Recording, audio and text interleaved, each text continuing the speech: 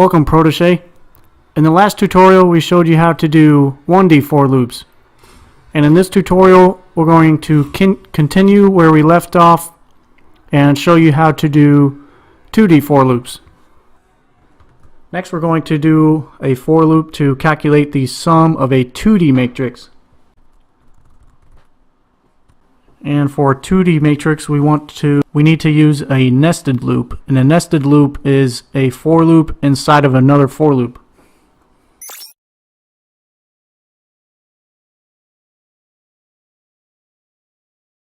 I'll go ahead and type it out and then explain it. But first I'm going to import the peppers image so we can use that. I don't have a variable to do that, so I'm going to go back up to our variable declarations and go ahead and read the peppers image into a variable.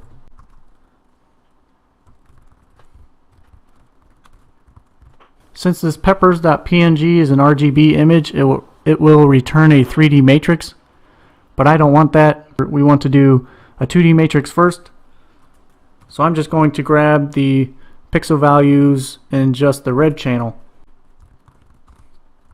To do that, we use the colon operator to grab all of the rows.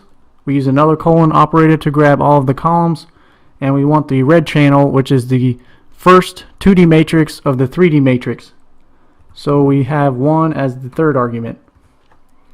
And now this will return a 2D matrix for us to use down here in this for loop. And remember, we want to make this part modular, so we need to get the size of this 2D matrix. But remember that length only returns the number of columns, so we want to use size to get both the number of rows and columns to use for our ending integers in our for loops.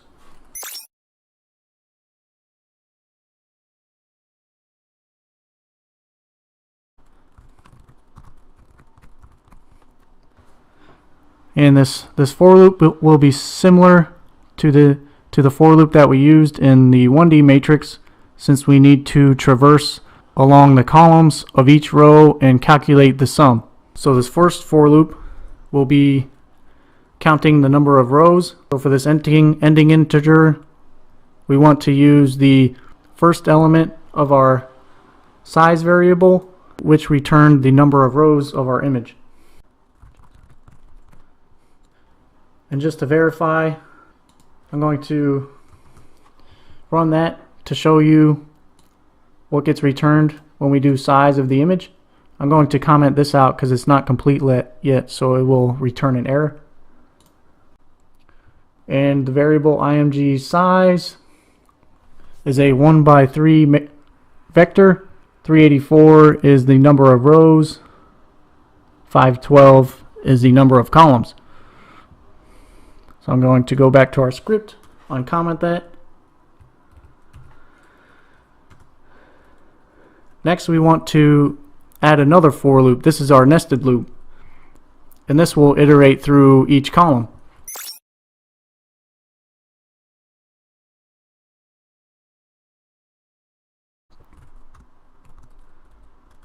And you want to use a different variable here, not I.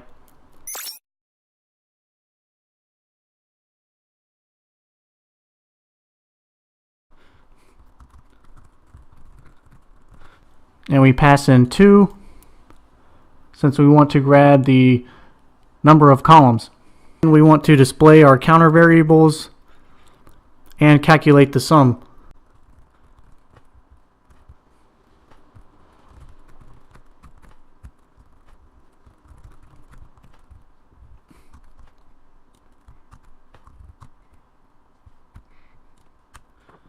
And now for the sum, I'll call this sum 2D. We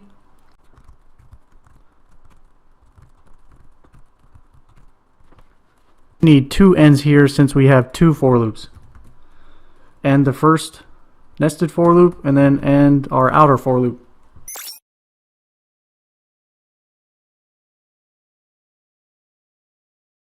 And to give you an example of how this for loop would work, we would first start out at 1. So I equals 1. Then we would jump into this, and j equals 1 as well. Then we would display I equals 1, j equals 1, and then we would calculate these, and then we would index into img red at 1, 1.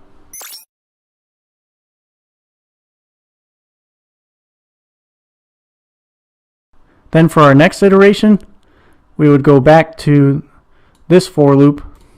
So I would still be at 1, and j would increase to 2.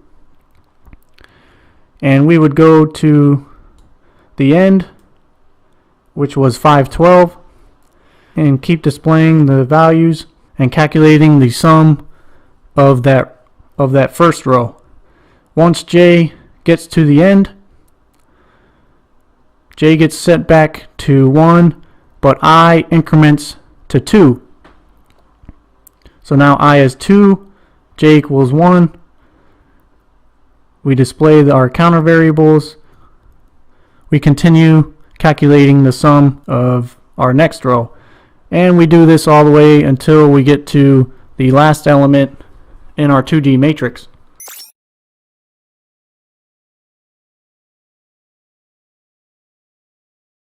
And again, you want to go ahead and debug this code. So let's go ahead and run that.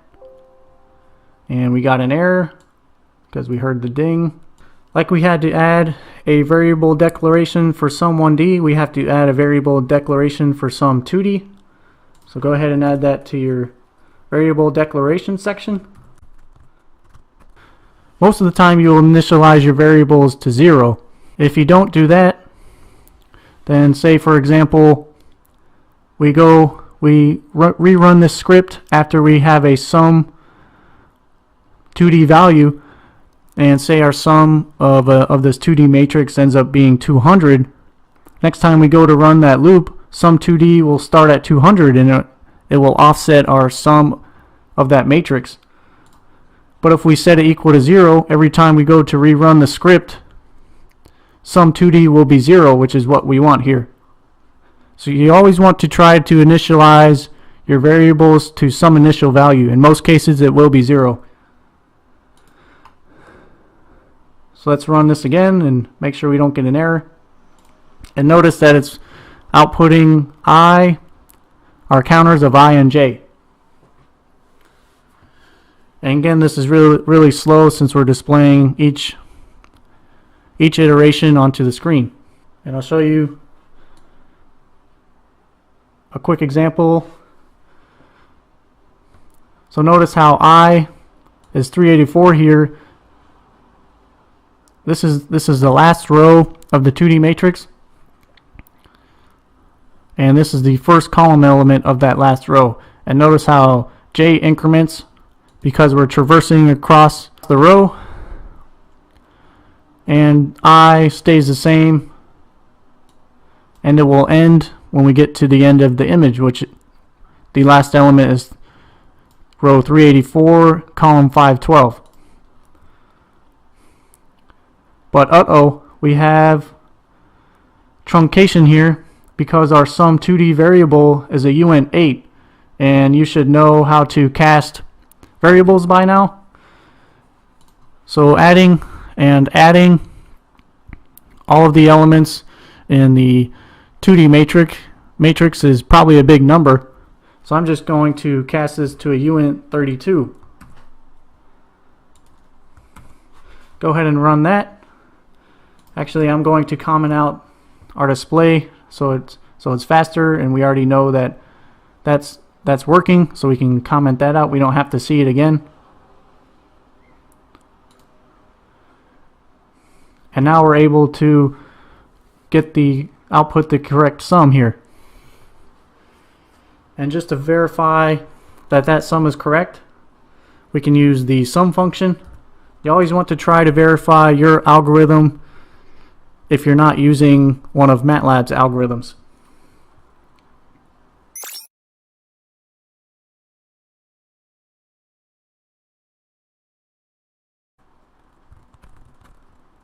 And notice that it returns a row vector. So we have to do another sum to get the sum of that row vector, and that will return a scalar value for us. And notice that our sum does match our algorithm, so we know that that's correct. For a quick recap, we showed you how to do 2D for loops, where you have to have what's called a nested loop, which again is an inner loop inside of an outer loop, and we had to use this to iterate through a 2D matrix, and we displayed our counter variables I and j, and we calculated the sum of that 2D matrix. That's it for this tutorial. Thank you for watching. In the next tutorial, we're going to continue off with this script and show you how to do for loops for 3D matrices. Please subscribe below or leave a question or comment.